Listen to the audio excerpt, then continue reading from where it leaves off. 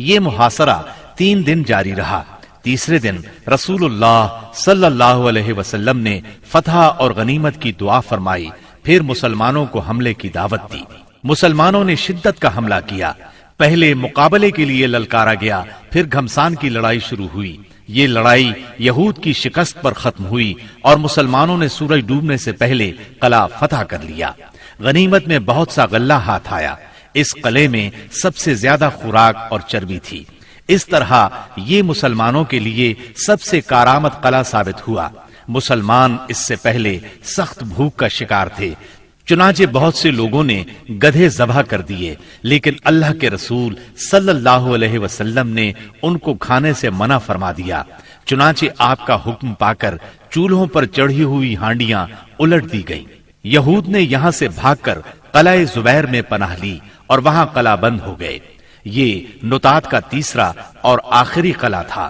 مسلمانوں نے آگے بڑھ کر اس کا بھی محاصرہ کر لیا۔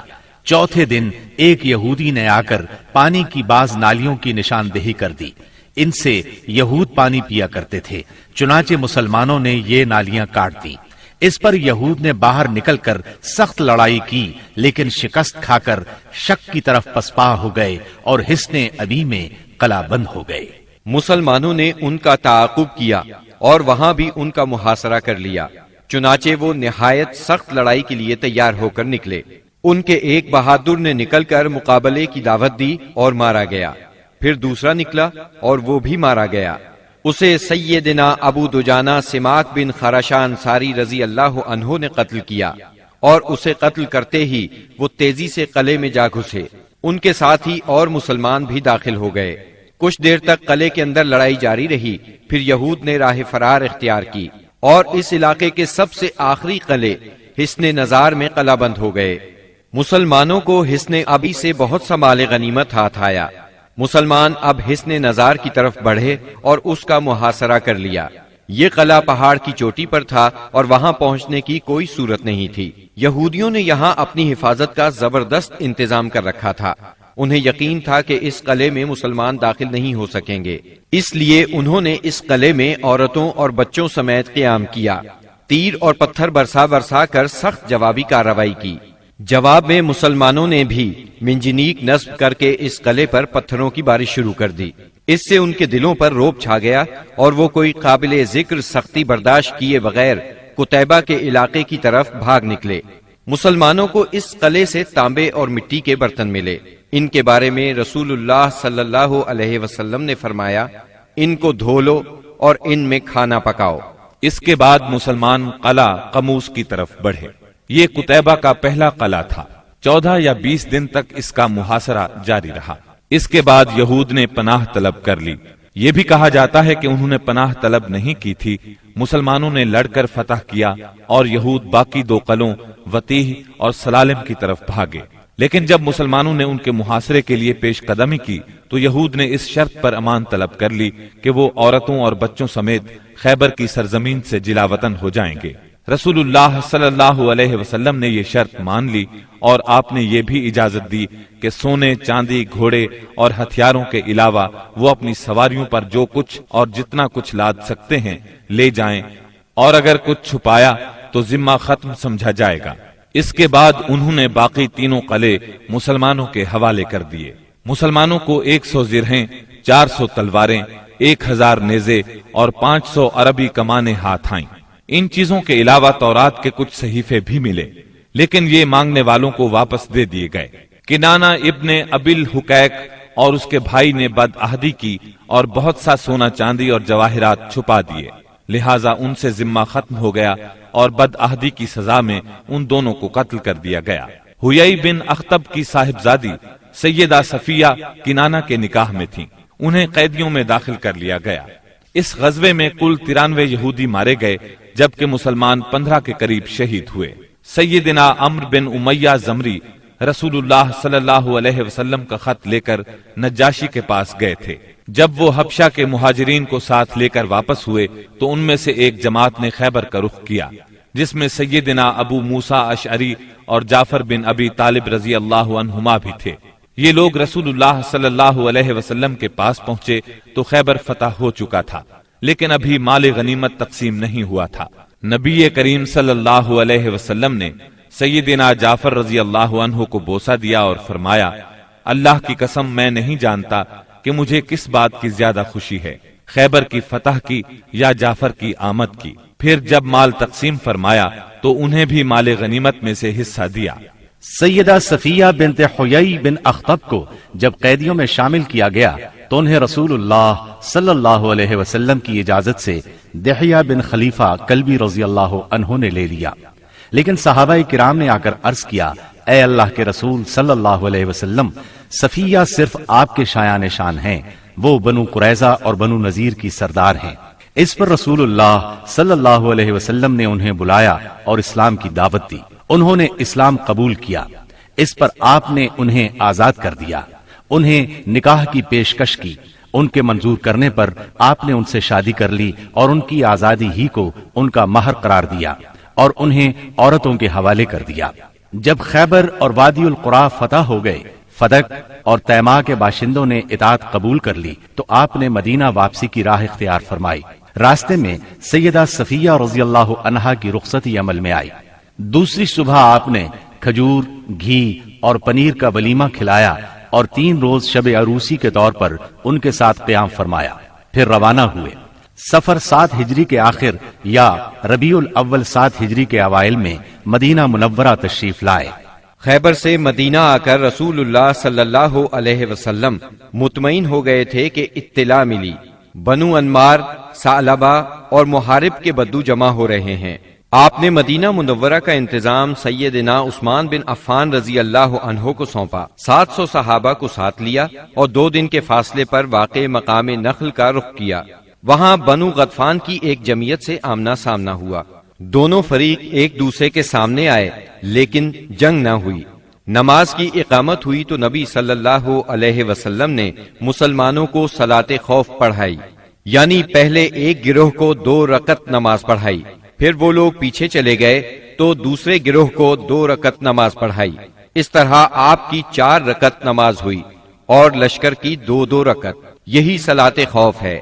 اس کی اور بھی کئی صورتیں ہیں، احادیث میں وضاحت موجود ہے۔ پھر اللہ نے دشمن کے دل میں مسلمانوں کا رعب بٹھا دیا، وہ منتشر ہو گئے اور رسول اللہ صلی اللہ علیہ وسلم مدینہ منورہ لوٹ آئے۔ اس غزوے کا نام اس لیے ذات الرقاع پڑا کہ اس سفر میں پیدل چلنے کی وجہ سے مسلمانوں کے پاؤں زخمی ہو گئے تھے۔ انہوں نے زخمی پیروں پر چیتھڑے لپیٹ لیے تھے۔ چیتھڑوں کو عربی میں رقاع کہتے ہیں۔ یہ بھی کہا جاتا ہے کہ اس کی زمین اور پہاڑ مختلف رنگ کے تھے، گویا کہ وہ رقاع یعنی پیون تھے، اور کہا جاتا ہے کہ غزوے کی جگہ کا نام ہی یہی ہے۔ اس غزوے میں سب سے دلچسپ بات یہ پیش آئی کہ ایک دن نبی صلی اللہ علیہ وسلم نے ایک سایہ دار درخت کے نیچے پڑاؤ ڈالا اور اپنی تلوار اسی درخت سے لٹکا کر سو گئے، جبکہ باقی لوگ مختلف درختوں کے نیچے سو گئے۔ ایسے میں ایک مشرک اس طرف آ نکلا، اس نے رسول اللہ صلی اللہ علیہ وسلم پر تلوار سونت لی۔ آپ کی آنکھ کھل گئی تو اس نے کہا، آپ مجھ سے ڈرتے ہیں؟ جواب میں آپ نے فرمایا نہیں۔ اس نے کہا، اب آپ کو مجھ سے کون بچائے گا؟ آپ نے فرمایا، اللہ۔ یہ سن کر اس کے ہاتھ سے تلوار گر گئی۔ آپ نے وہ تلوار اٹھا لی اور فرمایا، اب تمہیں مجھ سے کون بچائے گا؟ اس نے کہا، آپ مجھ پر احسان کیجئے۔ آپ نے اسے اسلام کی دعوت دی۔ وہ مسلمان تو نہ ہوا، لیکن اس نے یہ عہد کیا کہ وہ آپ سے لڑائی کرے گا، نہ لڑنے والوں کے ساتھ ہوگا۔ آپ نے اسے چھوڑ دیا۔ اس نے اپنی قوم میں واپس جا کر کہا، میں تمہارے پاس سب سے اچھے انسان کے پاس سے آ رہا ہوں۔ صلح حدیبیہ کے بعد کفار مکہ سے اور فتح خیبر کے بعد یہود کی طرف سے اطمینان ہوا تو نبی کریم صلی اللہ علیہ وسلم نے ہمسایہ ملکوں کے بادشاہوں اور سلاطین کے نام خطوط لکھ کر اسلام کی دعوت دی۔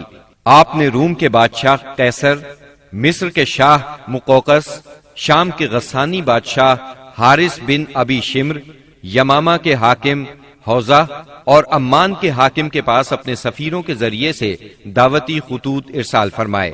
ان خطوط کی عبارت نہایت مختصر اور سادہ ہوتی تھی، مثلا بسم اللہ الرحمن الرحیم۔ یہ خط محمد بن عبداللہ کی طرف سے ہے جو اللہ کا بندہ اور رسول ہے، تمہیں دین اسلام کی طرف دعوت دیتا ہے۔ اگر تم نے انکار کیا تو تمہاری قوم بھی ہدایت سے محروم رہے گی، اس لیے قوم کی گمراہی کی ذمہ داری بھی تم پر ہوگی۔ نجاشی کا نام اسہمہ بن ابجر تھا۔ آپ نے اسے یہ خط لکھا، بسم اللہ الرحمن الرحیم، یہ خط ہے اللہ کے نبی صلی اللہ علیہ وسلم کی طرف سے نجاشی اسہمہ شاہ حبشہ کی طرف۔ اس شخص پر سلام ہو جو ہدایت کی پیروی کرے اور اللہ اور اس کے رسول پر ایمان لائے۔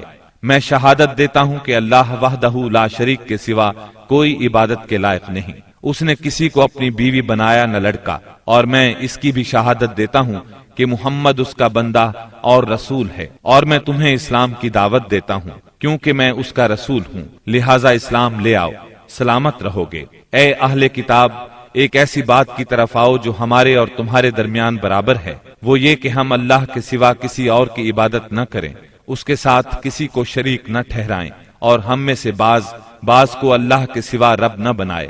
پس اگر وہ منہ موڑیں تو کہہ دو کہ گواہ رہو ہم مسلمان ہیں۔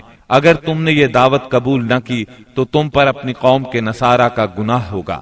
یہ خط آپ نے سیدنا عمرو بن امیہ زمری رضی اللہ عنہ کے ہاتھ 6 ہجری کے اخیر یا 7 ہجری کے شروع میں روانہ کیا۔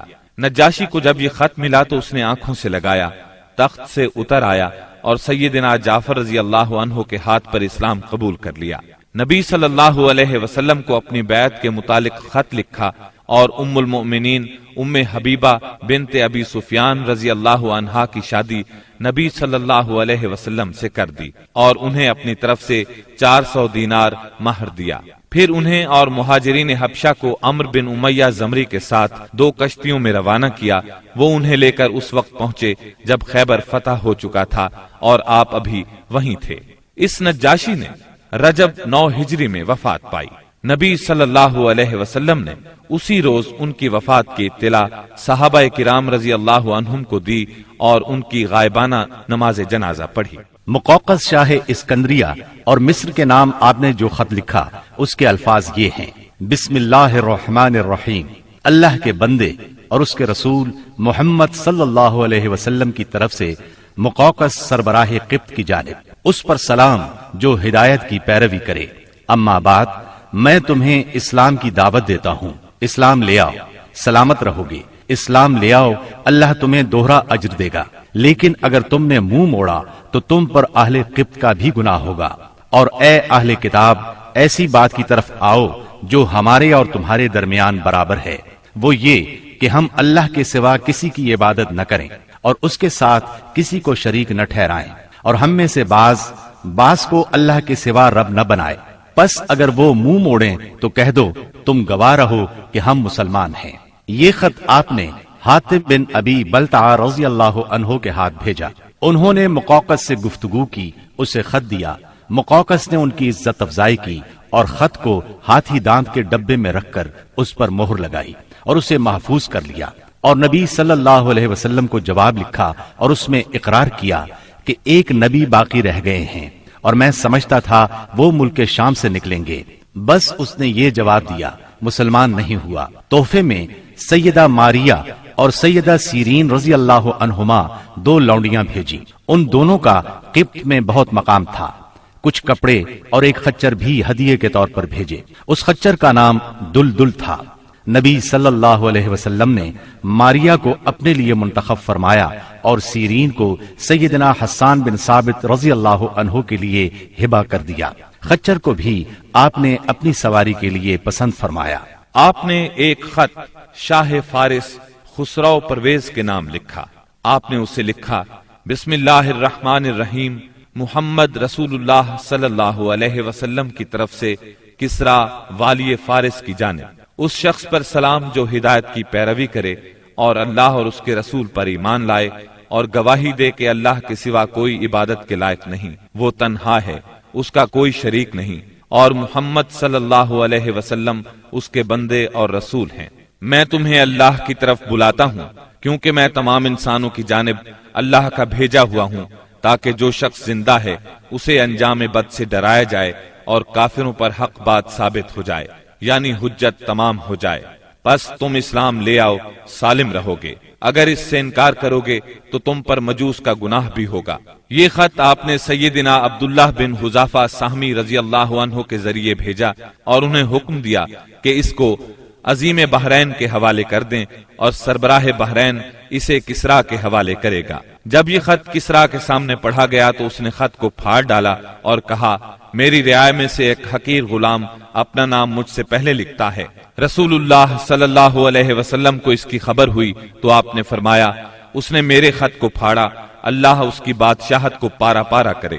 اور پھر وہی ہوا جو آپ نے فرمایا تھا، چنانچہ اس کے لشکر نے رومیوں کے مقابلے میں بدترین شکست کھائی۔ پھر خسرو کے بیٹے شیرویہ نے اس کے خلاف بغاوت کی، اسے قتل کر دیا اور خود بادشاہ بن بیٹھا۔ اس کے بعد وہاں ٹوٹ پھوٹ کا ایک سلسلہ چل نکلا، یہاں تک کہ سیدنا عمر فاروق رضی اللہ عنہ کے دور میں اسلامی لشکر نے اس ملک کو فتح کیا اور یہ بادشاہت ہمیشہ کے لیے ختم ہو گئی۔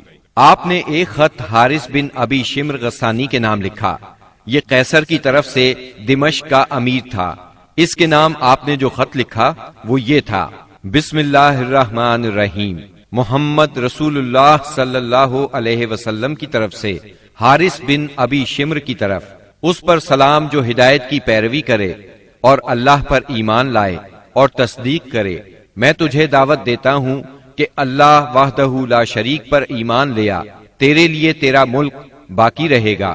آپ نے یہ خط قبیلہ اسد بن خزیمہ سے تعلق رکھنے والے ایک صحابی شجاع بن وہب اسدی رضی اللہ عنہ کے ہاتھ بھیجا۔ حارث کو خط ملا، پڑھ کر بولا، کون ہے جو مجھ سے میرا ملک چھینے گا؟ اس کے بعد اس نے مسلمانوں سے جنگ کی تیاری شروع کر دی اور شجاع بن وہب اسدی رضی اللہ عنہ سے کہا، جو کچھ دیکھ رہے ہو اپنے صاحب کو اس کی خبر کر دینا۔ پھر اس نے قیصر سے جنگ کی اجازت چاہی، مگر قیصر نے اسے اس ارادے سے باز رکھا۔ تب اس نے شجاع بن وہب کو تحائف دے کر رخصت کیا اور رخصت کرتے وقت اچھا سلوک کیا۔ آپ نے ایک خط بصرہ کے امیر کے نام لکھا، اسے اسلام کی دعوت دی اور سیدنا حارث بن عمیر ازدی رضی اللہ عنہ کے ہاتھ روانہ فرمایا۔ سیدنا حارث جنوبی اردن کے علاقے بلقا کے ایک مقام موتا میں پہنچے تو شرابیل بن عمرو غسانی نے ان کا سامنا کیا اور انہیں شہید کر دیا۔ قاصدوں کے سلسلے میں یہ سب سے سخت ظالمانہ قدم تھا، ان کے سوا نبی صلی اللہ علیہ وسلم کا کوئی قاصد قتل نہیں کیا گیا۔ آپ نے اس پر سخت غم و غصے کا اظہار فرمایا اور یہی واقعہ بعد میں غزوہ موتا کا سبب بنا، اس کا ذکر آگے آئے گا۔ جب ذیقات کا چاند طلوع ہو گیا تو نبی صلی اللہ علیہ وسلم نے صحابہ کرام رضی اللہ عنہم کو حکم دیا کہ اپنے عمرے کی قضاء کے طور پر عمرہ کریں، اور کوئی بھی آدمی حدیبیہ میں حاضر تھا پیچھے نہ رہے۔ چنانچہ اس مدت میں جو لوگ شہید ہو چکے تھے انہیں چھوڑ کر بقیہ سب لوگ روانہ ہوئے، اور اہل حدیبیہ کے سوا کچھ اور لوگ بھی عمرہ کرنے کے لیے ہمراہ نکلے۔ اس طرح تعداد 2000 ہو گئی۔ رسول اللہ صلی اللہ علیہ وسلم نے اس موقع پر ابو رحم غفاری رضی اللہ عنہ کو مدینے میں اپنا جانشین مقرر کیا، 60 اونٹ ساتھ لیے اور ناجیہ بن جندب اسلمی کو ان کی دیکھ بھال کا کام سونپا۔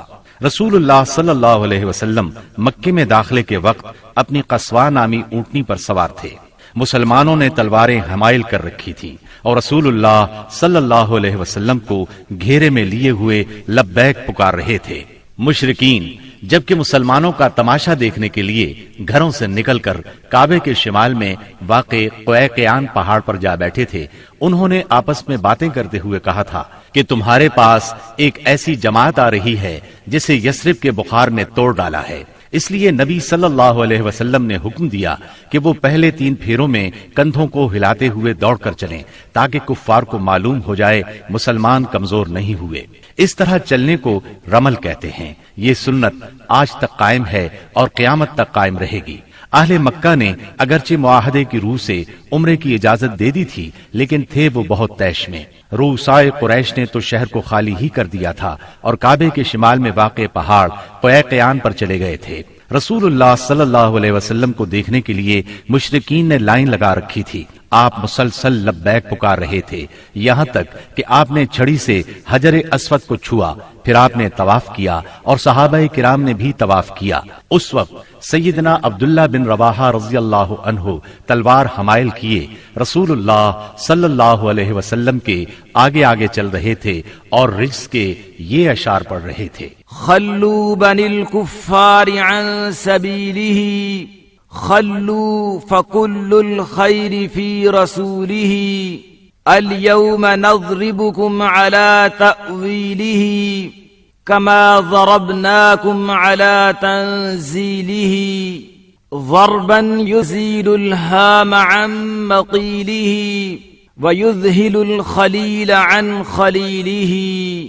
اے ابنائے کفار، ان کا راستہ چھوڑ دو، راستہ چھوڑ دو کہ ساری بھلائی اس کے پیغمبر ہی میں ہے۔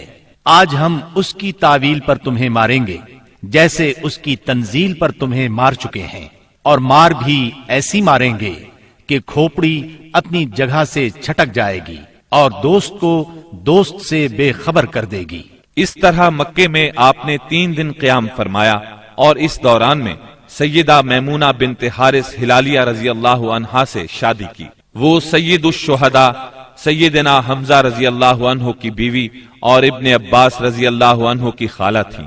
انہیں جب شادی کا پیغام ملا تو انہوں نے اپنا معاملہ سیدنا عباس رضی اللہ عنہ کو سونپ دیا، کیونکہ سیدہ میمونہ کی بہن سیدہ ام الفضل انہی کی زوجیت میں تھی۔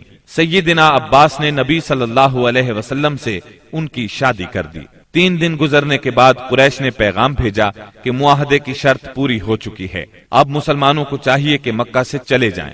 آپ نے یہ پیغام ملتے ہی روانگی کا حکم صادر فرما دیا اور وعدے کے مطابق شہر خالی کر دیا۔ موتا اردن میں بلقاء کے قریب ایک آبادی کا نام ہے، جہاں سے بیت المقدس 2 دن کی مسافت پر واقع ہے۔ یہاں کے سردار شرحبیل بن عمرو غسانی نے نبی کریم صلی اللہ علیہ وسلم کے سفیر حارث بن عمیر ازدی کو شہید کر دیا تھا۔ وہ نبی صلی اللہ علیہ وسلم کا خط لے کر اس کے پاس گئے تھے۔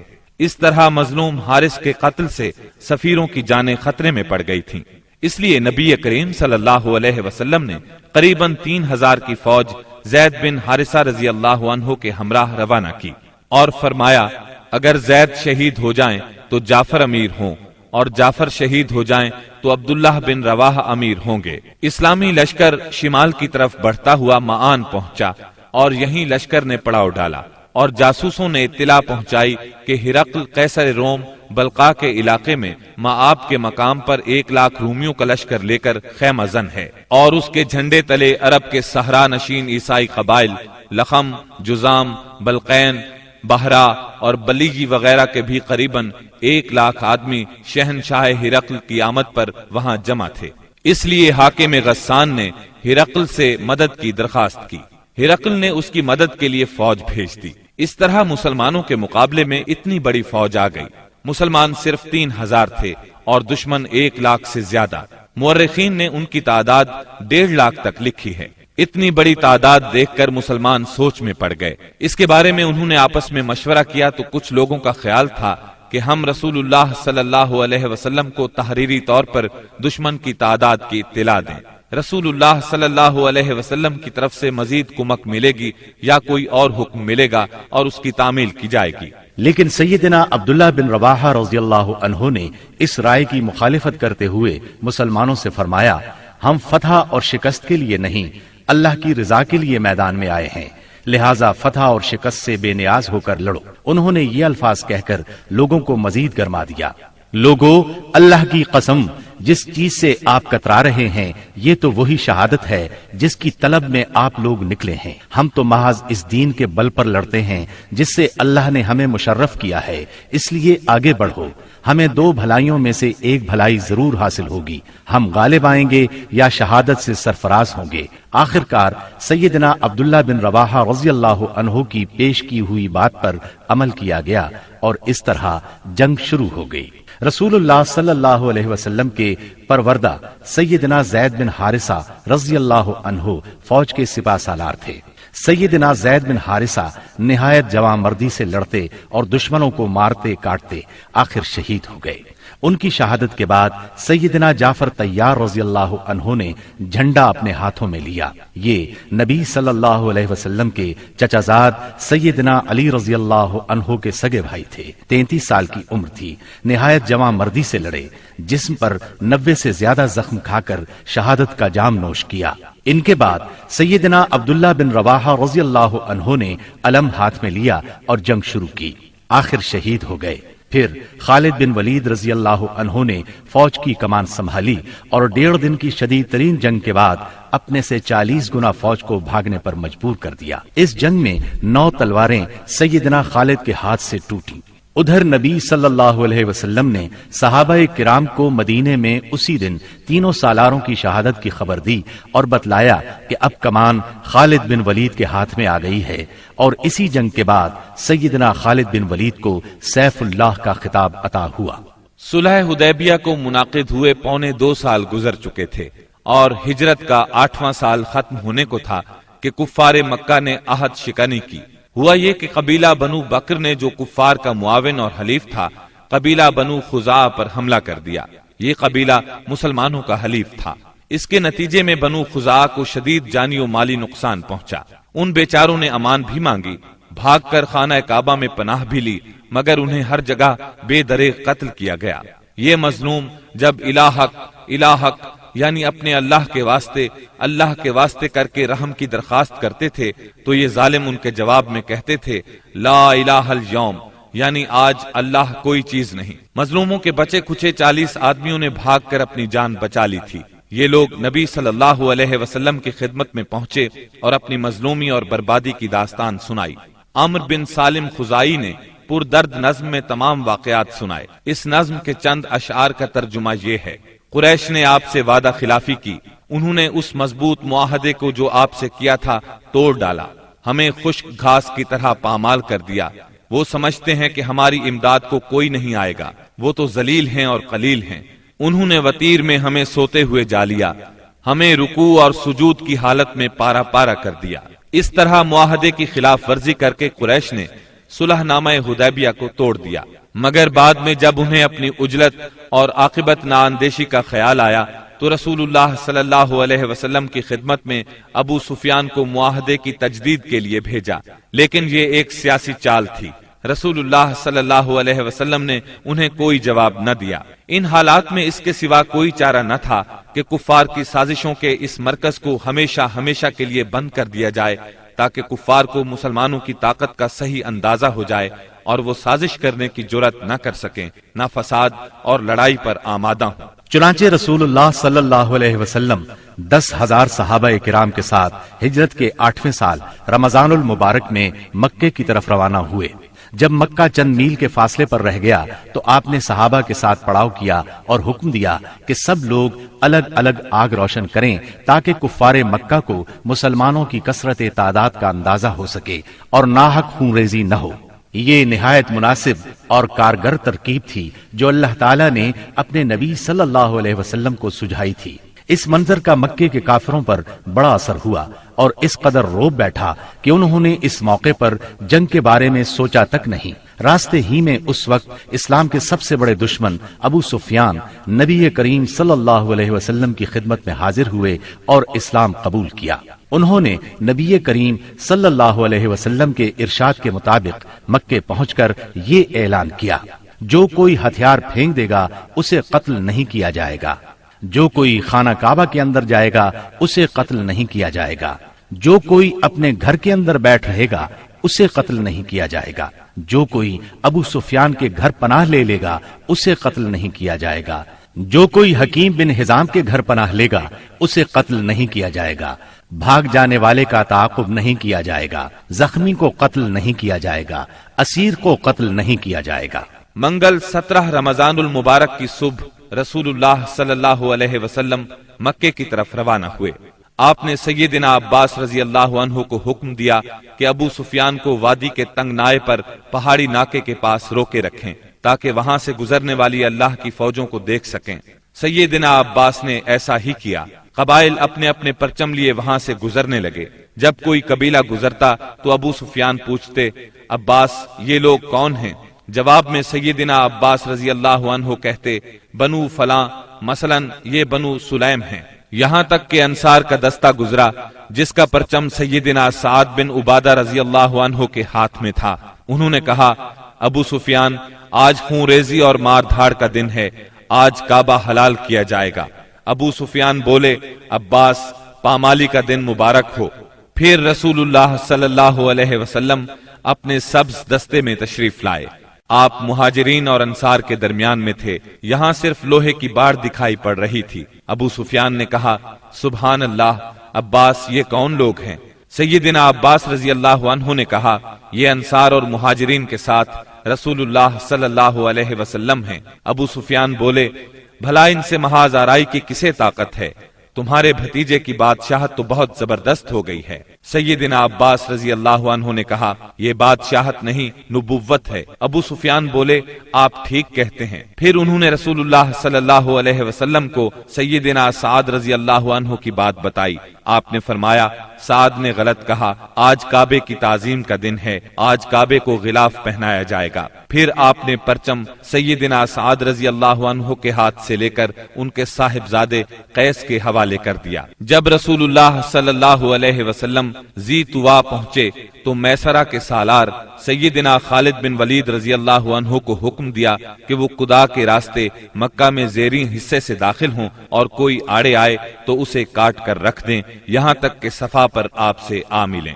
نبی صلی اللہ علیہ وسلم نے میمنہ کے قائد اور علمبردار سیدنا زبیر کو حکم دیا کہ وہ قدا کے راستے بالائی حصے میں داخل ہوں اور حجون میں آپ کا پرچم گاڑ دیں، نیز رسول اللہ صلی اللہ علیہ وسلم کی آمد تک وہیں ٹھہرے رہیں، جبکہ پیادہ اور بے ہتھیار لوگوں کے قائد سیدنا ابو عبیدہ رضی اللہ عنہ کو حکم دیا کہ وہ بطن وادی کا راستہ پکڑیں اور مکے میں رسول اللہ صلی اللہ علیہ وسلم سے آگے اتریں۔ اس موقع پر قریش نے کچھ اوباشوں کو خندمہ میں جمع کیا، کہا کہ اگر انہیں کچھ کامیابی ہوئی تو ان کے ساتھ رہیں گے، ورنہ جو کچھ مطالبہ کیا جائے گا منظور کر لیں گے۔ جب خالد بن ولید رضی اللہ عنہ ان کے پاس سے گزرے تو ایک معمولی سی جھڑپ میں ان کے 12 آدمیوں کو کاٹ ڈالا اور باقی بھاگ کھڑے ہوئے۔ اس کے بعد سیدنا خالد بن ولید رضی اللہ عنہ مکے کے گلی کوچوں کو رونتے ہوئے کوہ صفا پر رسول اللہ صلی اللہ علیہ وسلم سے جا ملے۔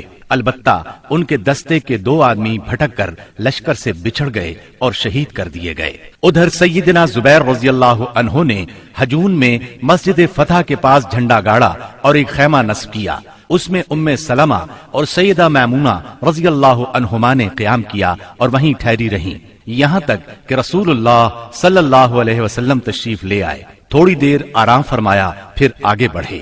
اس وقت ابو بکر صدیق رضی اللہ عنہ آپ کے ساتھ تھے اور باتیں کر رہے تھے۔ پھر آپ سورہ فتح کی تلاوت کرتے ہوئے مہاجرین اور انصار کے جلوہ میں مسجد حرام کے اندر داخل ہوئے، حجر اسود کو چوما، بیت اللہ کا طواف کیا۔ آپ حالت احرام میں نہیں تھے، اس وقت بیت اللہ کے گرد 360 بت تھے۔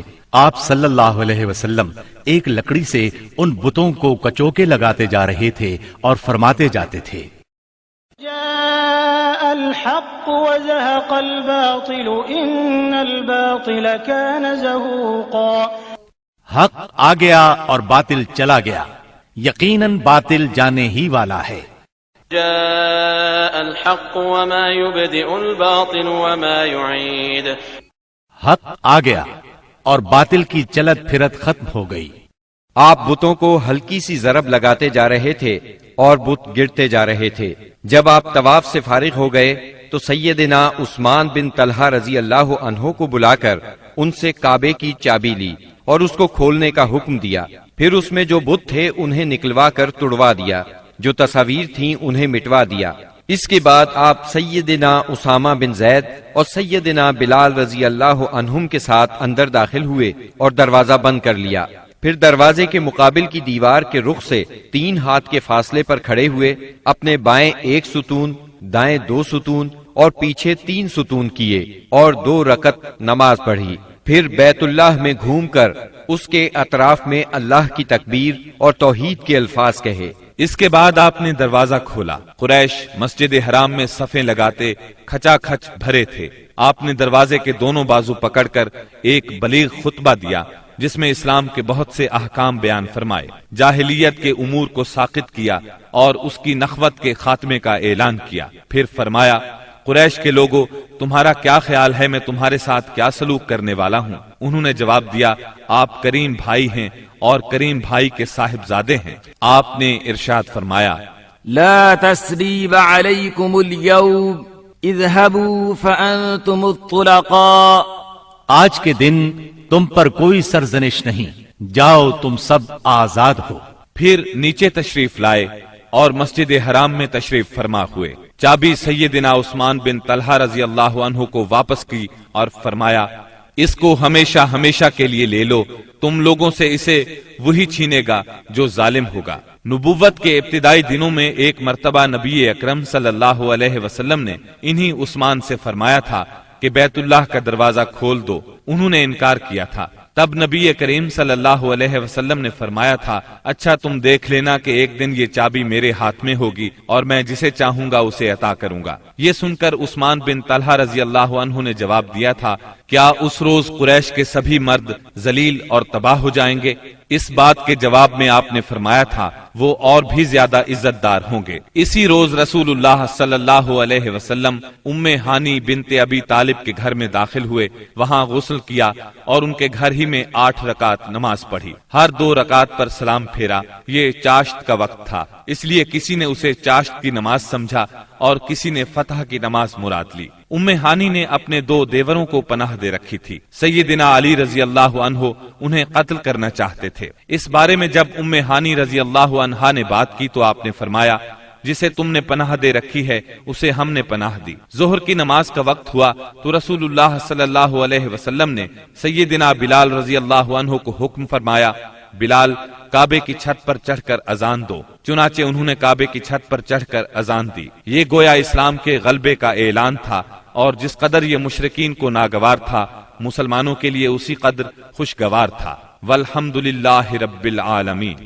جب مکے کی فتح مکمل ہو چکی تو انصار کو فکر لاحق ہوئی کہ کہیں رسول اللہ صلی اللہ علیہ وسلم یہیں نہ ٹھہر جائے، کیونکہ بہرحال یہ آپ کے خاندان اور آپ کے قبیلے کا شہر تھا۔ اس وقت رسول اللہ صلی اللہ علیہ وسلم صفا پر ہاتھ اٹھائے دعا فرما رہے تھے۔ دعا سے فارغ ہوئے تو فرمایا، اللہ کی پناہ، اب زندگی اور موت تمہارے ساتھ ہے۔ اس سے انصار مطمئن ہو گئے، ان کا خوف جاتا رہا اور وہ خوش ہو گئے۔ رسول اللہ صلی اللہ علیہ وسلم نے مکے میں 19 روز قیام فرمایا اور اس دوران آثار اسلام کی تجدید کی۔ مکے کو آثار جاہلیت سے پاک کیا، نئے سرے سے حرم کے ستون نصب کیے اور آپ کے منادی نے اعلان کیا، جو شخص اللہ اور آخرت کے دن پر ایمان رکھتا ہے وہ اپنے گھر میں کوئی بت نہ چھوڑے بلکہ اسے توڑ دے۔ 25 رمضان المبارک کو رسول اللہ صلی اللہ علیہ وسلم نے 30 سواروں کے ساتھ سیدنا خالد بن ولید رضی اللہ عنہ کو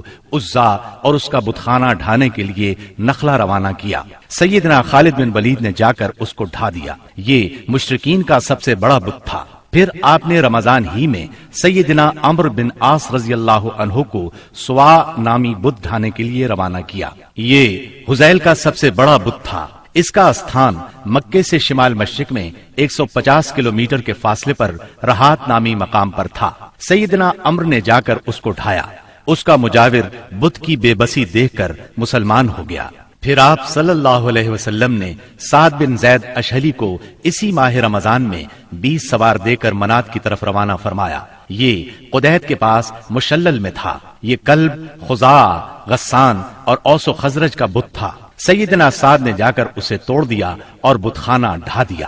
فتح مکہ کے بعد بہت سے قبائل نے اسلام قبول کر لیا، لیکن حوازن اور بنو ثقیف کے قبیلوں نے چند اور قبائل کو اپنے ساتھ ملا کر 4000 کا لشکر تیار کیا اور مسلمانوں سے زور آزمائی کا فیصلہ کیا۔ نبی کریم صلی اللہ علیہ وسلم کو ان کے ارادوں کی اطلاع ہوئی تو آپ نے اپنے ایک صحابی کو تحقیق کے لیے بھیجا۔ انہوں نے تصدیق کی، تب آپ نے مسلمانوں کو تیاری کا حکم فرمایا۔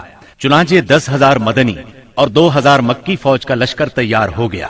بعض لوگوں نے لشکر کی کثرت کے پیش نظر کہا، آج ہم مغلوب نہیں ہوں گے۔ یہ بات رسول اللہ صلی اللہ علیہ وسلم پر گراں گزری۔ شام ہوئی تو ایک سوار نے آ کر اطلاع دی کہ بنو حوازن عورتوں، بچوں اور اونٹ بکریوں سمیت نکلے ہیں۔ آپ یہ سن کر مسکرائے اور فرمایا، یہ کل انشاءاللہ مسلمانوں کا مال غنیمت ہوگا۔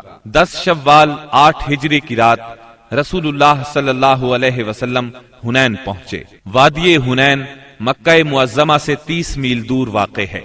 آپ نے وادی میں داخل ہونے سے پہلے سحر کے وقت لشکر کو ترتیب دیا۔ مہاجرین کا پرچم علی بن ابی طالب کو دیا، اوس کا پرچم اسید بن حزیر رضی اللہ عنہ کو، اور خزرج کا پرچم حباب بن منذر کو، اور کچھ دوسرے پرچم دوسرے قبائل کو دیے۔ 2 زرہیں پہنی، سر اور چہرے پر خود رکھا۔ اس کے بعد ہراول دستے نے وادی میں اترنا شروع کیا۔ اسے چھپے ہوئے دشمن کی موجودگی کا علم نہیں تھا۔ ابھی وہ اتر ہی رہا تھا کہ اچانک دشمن نے ٹڈی دل کی طرح تیروں کی بارش کر دی۔ پھر دشمن مسلمانوں پر ٹوٹ پڑا۔ اس اچانک حملے سے ہراول دستے میں انتشار پھیل گیا۔ اس میں موجود مسلمانوں کے پاؤں اکھڑ گئے۔ جو لوگ پیچھے تھے وہ بھی انہی کے ساتھ ہو لیے۔ جہاں تک رسول اللہ صلی اللہ علیہ وسلم کا تعلق ہے تو نہ صرف یہ کہ آپ چند انصار اور مہاجرین کے ساتھ اپنی جگہ پر ثابت قدم رہے، بلکہ آپ دشمن کی طرف بڑھنے کے لیے اپنے خچر کو ایڑ لگاتے اور فرماتے جا رہے تھے، انا النبی لا کذب انا ابن عبد المطلب، میں نبی ہوں، جھوٹا نہیں، میں عبد المطلب کا فرزند ہوں۔ سیدنا عباس رضی اللہ عنہ نے آپ کے حکم پر مہاجرین اور انصار کو آواز دی۔ یہ آواز سنتے ہی ہر طرف سے مسلمان رسول اللہ صلی اللہ علیہ وسلم کے گرد جمع ہونے لگے، اور اللہ نے اپنے رسول اور مسلمانوں پر سکینت طاری کر دی اور ان دیکھا لشکر اتارا۔ چنانچہ مسلمانوں نے پلٹ کر حملہ کر دیا اور دھواں دار جنگ شروع ہو گئی۔ ایسے میں اللہ کے رسول صلی اللہ علیہ وسلم نے فرمایا، اب چولہا گرم ہو گیا ہے۔ پھر آپ نے ایک مٹھی میں مٹی لے کر ان کے چہروں پر ماری اور فرمایا، شاہت الوجوہ، چہرے بگڑ جائیں۔ اس مٹی سے ان کی آنکھیں بھر گئیں۔ اس کے بعد ان کی دھار کند اور ان کا کام پچھڑتا چلا گیا، یہاں تک کہ وہ پراگندہ ہو کر بھاگ نکلے، اور مسلمانوں نے مارتے کاٹتے ان کا پیچھا کیا۔ چنانچہ عورتوں اور بچوں کو پکڑ لیا اور بہت سے فوجیوں کو گرفتار کر لیا۔ اس دن سیدنا خالد بن ولید رضی اللہ عنہ کو بھی بہت زخم آئے۔ ادھر رسول اللہ صلی اللہ علیہ وسلم کے ساتھ اللہ کی عنایت دیکھ کر بہت سے مشرکین مسلمان ہو گئے۔ مشرکین بھاگے تو 3 گروہوں میں تقسیم ہو گئے۔ سب سے بڑا گروہ طائف کی طرف بھاگا، دوسرے گروہ نے نخلا کا رخ کیا، اور تیسرے گروہ نے اوتاس میں مورچہ بندی کی۔ آپ نے اوتاس میں ابو موسیٰ اشعری رضی اللہ عنہ کے چچا ابو عامر اشعری رضی اللہ عنہ کو صحابہ کی ایک جماعت کے ساتھ بھیجا۔ انہوں نے دشمنوں کو مار کاٹ اور بھگا کر سارے مال غنیمت پر قبضہ کر لیا۔ البتہ ابو عامر اشعری رضی اللہ عنہ خود اس معرکے میں شہید ہو گئے، اور ان کی جگہ ابو موسیٰ اشعری رضی اللہ عنہ نے سنبھالی اور کامیاب و کامران لوٹے۔ دوسری طرف مسلمانوں کی ایک جماعت نے نخلا بھاگنے والوں کا تعاقب کیا، درید بن سما کو جا پکڑا اور اسے قتل کر دیا۔ رسول اللہ صلی اللہ علیہ وسلم نے مال غنیمت اور قیدیوں کو جمع کرنے کا حکم دیا۔ اس کی کل تعداد یہ تھی، اونٹ قریباً 24,000، بکریاں 40,000 سے زیادہ، چاندی 4,000 اوقیہ یعنی 1,60,000 درہم، عورتیں اور بچے 6,000۔ ان سب کو جعرانہ میں جمع کر کے سیدنا مسعود بن عمرو غفاری رضی اللہ عنہ کو ان کا نگران مقرر فرمایا۔ اس کے بعد آپ نے طائف کی طرف توجہ فرمائی۔ آپ خود اس سمت میں بڑھے۔ طائف مکہ سے 60 میل کے فاصلے پر ایک سرسبز پہاڑ کے دامن میں واقع ہے۔ آپ نے طائف کا محاصرہ کر لیا۔ یہ محاصرہ 20 دن تک جاری رہا، لیکن شہر فتح نہ ہو سکا۔ محاصرہ چھوڑ کر آپ جعرانہ کے مقام پر تشریف لائے۔ یہاں مال غنیمت ذخیرہ کیا گیا تھا۔ رسول اللہ صلی اللہ علیہ وسلم طائف سے جعرانہ واپس آ کر 10 دن سے زیادہ ٹھہرے رہے۔ مال غنیمت تقسیم نہ فرمایا۔ آپ کو انتظار تھا کہ حوازن توبہ کر کے آ جائیں اور اپنے مال اور قیدی واپس لے جائیں، لیکن جب وہ نہ آئے تو آپ نے مال غنیمت میں سے خمس یعنی 5واں حصہ نکالا اور تالیف قلب کے لیے کمزور اسلام والوں کو عطا فرمایا۔ کچھ ایسے لوگوں کو بھی دیا جو ابھی تک مسلمان نہیں ہوئے تھے، تاکہ ان کی نظروں میں اسلام محبوب ہو جائے۔ انصار کو رسول اللہ صلی اللہ علیہ وسلم کے اس فعل پر حیرت ہوئی کہ آپ نے تالیف قلوب کی خاطر اندازے سے بڑھ کر عطیے دیے اور انصار کو کچھ نہ دیا۔ چنانچہ بعض انصار نے کہا یہ کیسی تعجب کی بات ہے کہ آپ قریش کو دے رہے ہیں اور ہمیں چھوڑ رہے ہیں، حالانکہ ہماری تلواروں سے ان کا خون ٹپک رہا ہے۔ یہ بات انصار کے رئیس سیدنا سعد بن عبادہ رضی اللہ عنہ نے آپ تک پہنچائی۔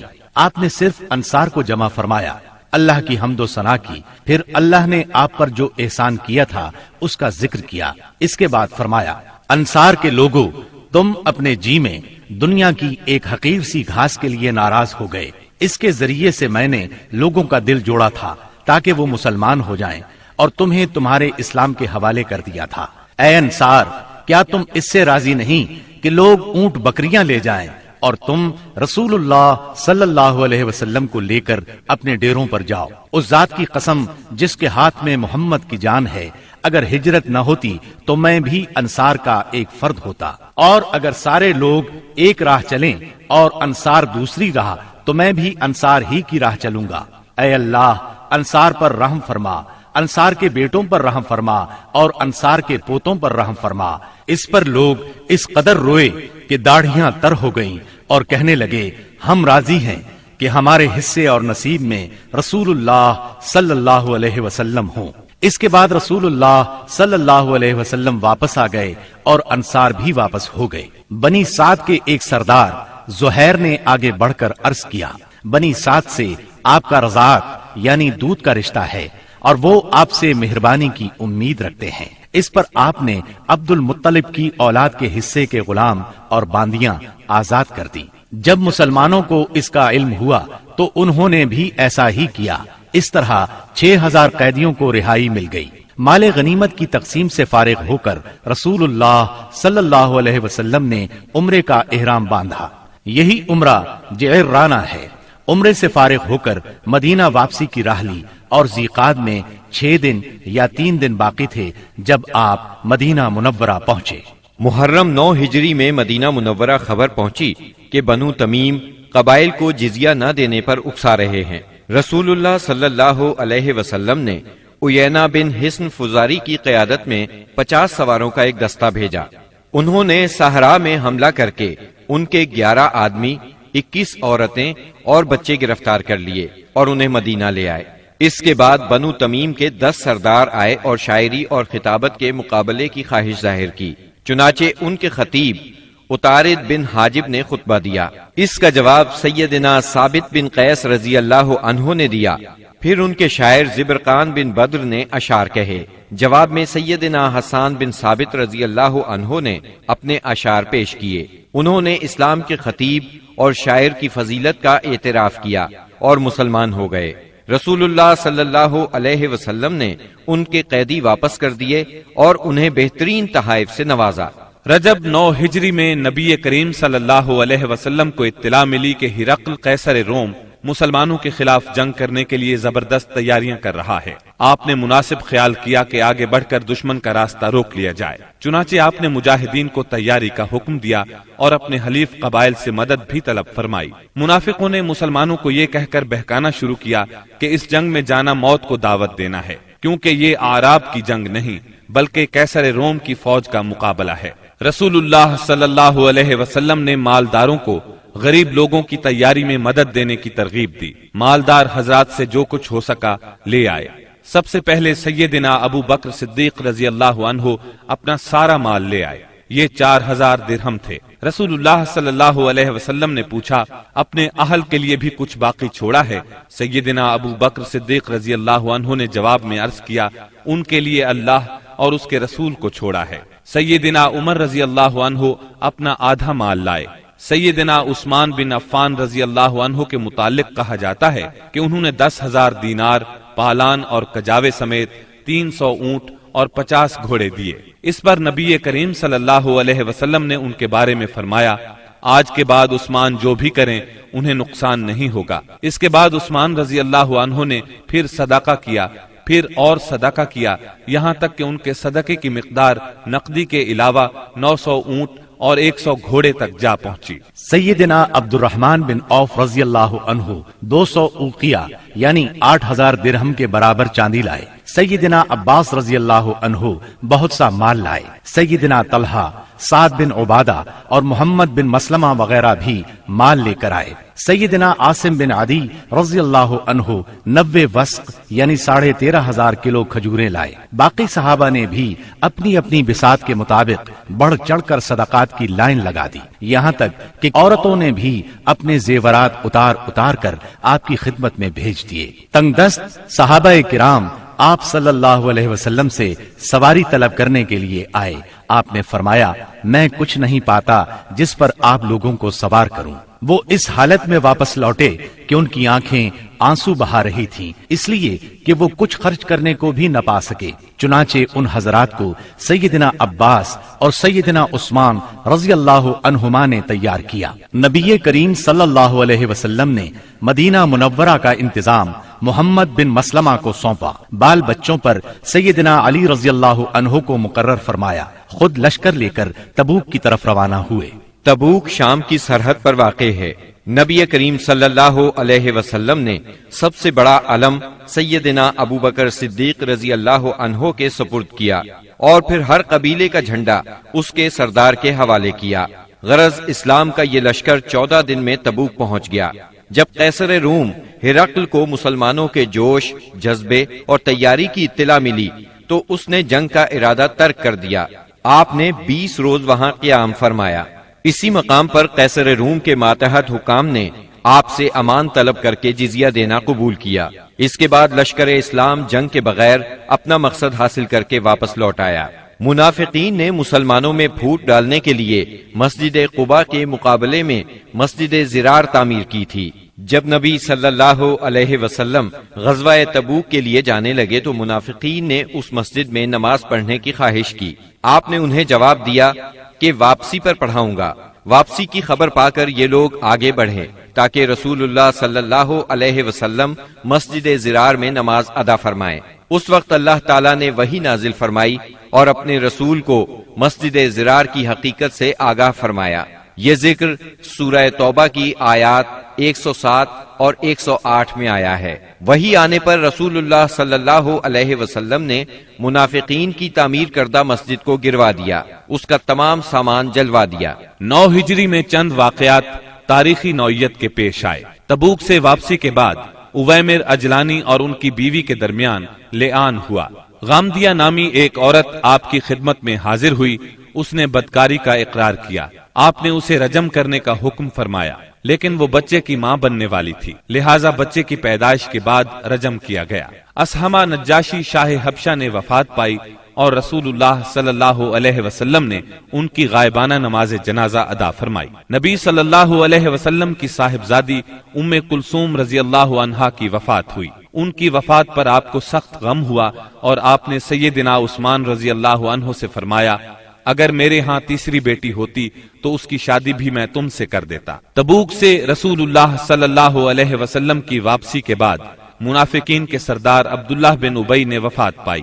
رسول اللہ صلی اللہ علیہ وسلم نے اس کے لیے دعائے مغفرت کی۔ سیدنا عمر رضی اللہ عنہ نے آپ سے عرض کیا، آپ اس کی نماز جنازہ نہ پڑھیں، لیکن آپ نے نماز پڑھی۔ بعد میں وحی نازل ہوئی، اس میں سیدنا عمر رضی اللہ عنہ کی رائے کی تائید نازل ہوئی۔ رسول اللہ صلی اللہ علیہ وسلم اور مسلمانوں کو منافقین کی نماز جنازہ پڑھنے سے روک دیا گیا۔ اس سال کے دوران میں حج فرض ہوا۔ رسول اللہ صلی اللہ علیہ وسلم نے 300 صحابہ کرام کا ایک قافلہ حج کے لیے روانہ فرمایا۔ سیدنا ابو بکر صدیق رضی اللہ عنہ کو امیر حج مقرر کیا اور انہیں ہدایت کر دی کہ سب کو حج کا اسلامی طریقہ بتائیں۔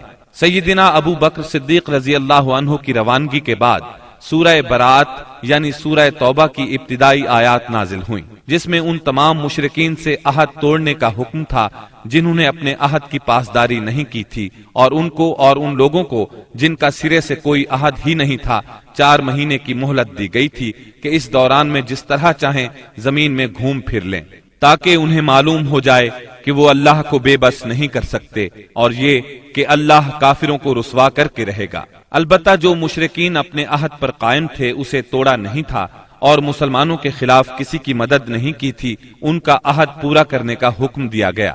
آپ نے سیدنا علی رضی اللہ عنہ کو یہ آیات دے کر ناقہ پر سوار کیا اور روانہ فرمایا۔ انہوں نے حجاج کے قافلے کو راستے ہی میں جا لیا۔ سیدنا ابو بکر صدیق رضی اللہ عنہ نے امیر حج ہونے کی حیثیت سے ارکان حج ادا کیے، اور اس کے بعد سیدنا علی رضی اللہ عنہ نے سورہ برات کی ابتدائی آیات سنائیں۔ اس کے بعد سیدنا ابو بکر صدیق رضی اللہ عنہ نے صحابہ کرام کی ایک جماعت بھیج کر یہ اعلان کر دیا کہ اس سال کے بعد کوئی مشرک حج نہیں کر سکتا اور نہ کوئی ننگا آدمی بیت اللہ کا طواف کر سکتا ہے۔ یہ اعلان گویا جزیرت العرب سے بت پرستی کے خاتمے کا اعلان تھا، یعنی اس سال کے بعد بت پرستی کے لیے آمد و رفت کی کوئی گنجائش نہیں۔ غیر مسلم قوموں کے لیے جزیے کی ادائیگی کی فرضیت اور سود کی ممانعت کا حکم نازل ہوا۔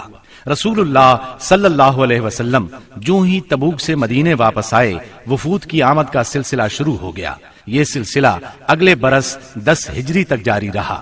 عرب کے قبیلوں اور خاندانوں نے اپنے اپنے نمائندے بھیجے، اور بعض رؤسا، غلام، یتیم، غربا اور خواتین بذات خود مدینہ منورہ آئے تاکہ اسلام اور پیغمبر اسلام کے بارے میں پتہ لگائیں اور خود اپنی آنکھوں سے سب کچھ دیکھ لیں۔ جب یہ لوگ مدینہ آ کر قیام کرتے اور آپ کو دیکھتے تو بعض لوگ تو دیکھتے ہی پکار اٹھتے، اللہ کی قسم یہ چہرہ کسی جھوٹے نبی کا نہیں ہو سکتا۔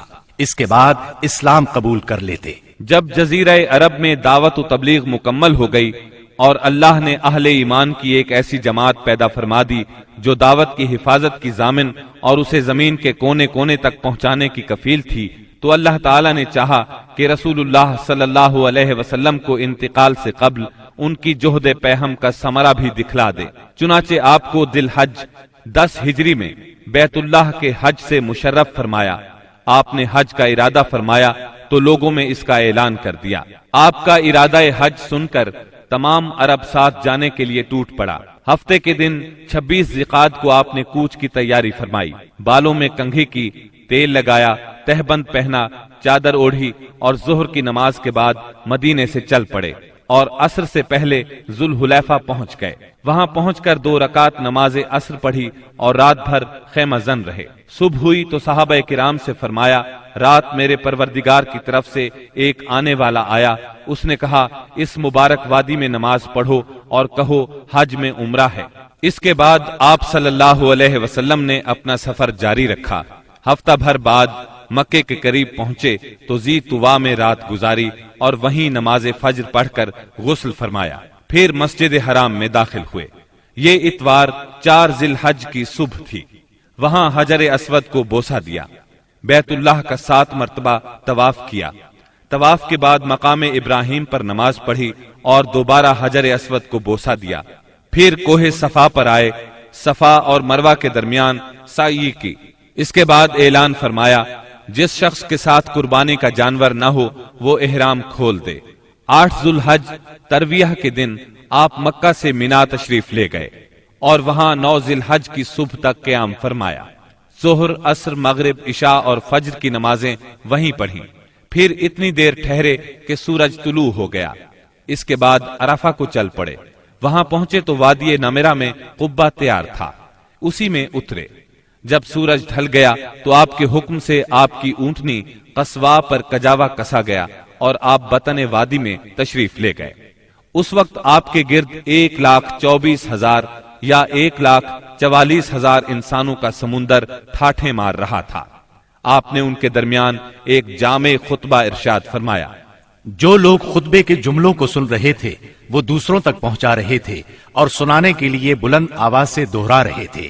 آپ صلی اللہ علیہ وسلم نے ارشاد فرمایا، جو لوگ یہاں موجود نہیں ہیں ان کو سننے والے یہ پیغام پہنچا دیں۔ نبی کریم صلی اللہ علیہ وسلم نے اپنے اس خطبے میں ارشاد فرمایا، لوگو میری باتوں کو غور سے سنو، کیونکہ میں نہیں جانتا، شاید اس سال کے بعد اس مقام پر میں تم سے کبھی نہ مل سکوں۔ لوگو جیسا کہ یہ دن، یہ مہینہ اور یہ شہر مکہ حرمت والا ہے، اسی طرح ایک دوسرے کے جان و مال تم پر حرام ہے۔ سن لو، جاہلیت کی ہر چیز میرے پاؤں تلے روند دی گئی، جاہلیت کے خون بھی ختم کر دیے گئے، اور ہمارے خون میں سے پہلا خون ربیعہ بن حارث کے بیٹے کا خون ہے، میں اس کو ختم کر رہا ہوں۔ یہ بچہ بنو سعد میں دودھ پی رہا تھا کہ انہی ایام میں قبیلہ بنو حذیل نے اسے قتل کر دیا، اور جاہلیت کا سود ختم کر دیا گیا، اور ہمارے سود میں سے پہلا سود عباس بن عبد المطلب کا ہے، میں اس کو ختم کر رہا ہوں، اب یہ سارے کا سارا سود ختم ہے۔ اے لوگو، عورتوں کا تم پر حق ہے جیسا کہ تمہارا ان پر حق ہے، عورتوں کے ساتھ بھلائی کرو، تمہیں بہت جلد اللہ کے سامنے حاضر ہونا ہے، اور وہ تم سے تمہارے اعمال کے بارے میں سوال فرمائے گا۔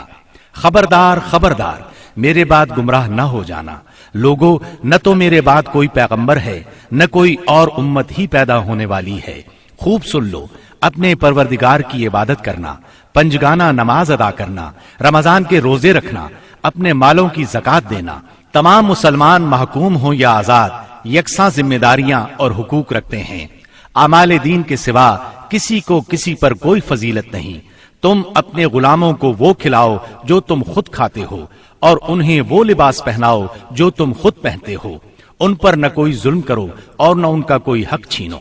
امانتیں ان کے مالکوں کے سپرد کرنا چاہیے، دوسروں پر ظلم نہ کرو تاکہ تم پر بھی ظلم نہ کیا جائے۔ سود حرام ہے، شیطان اس سرزمین میں اپنی پرستش سے مایوس ہو گیا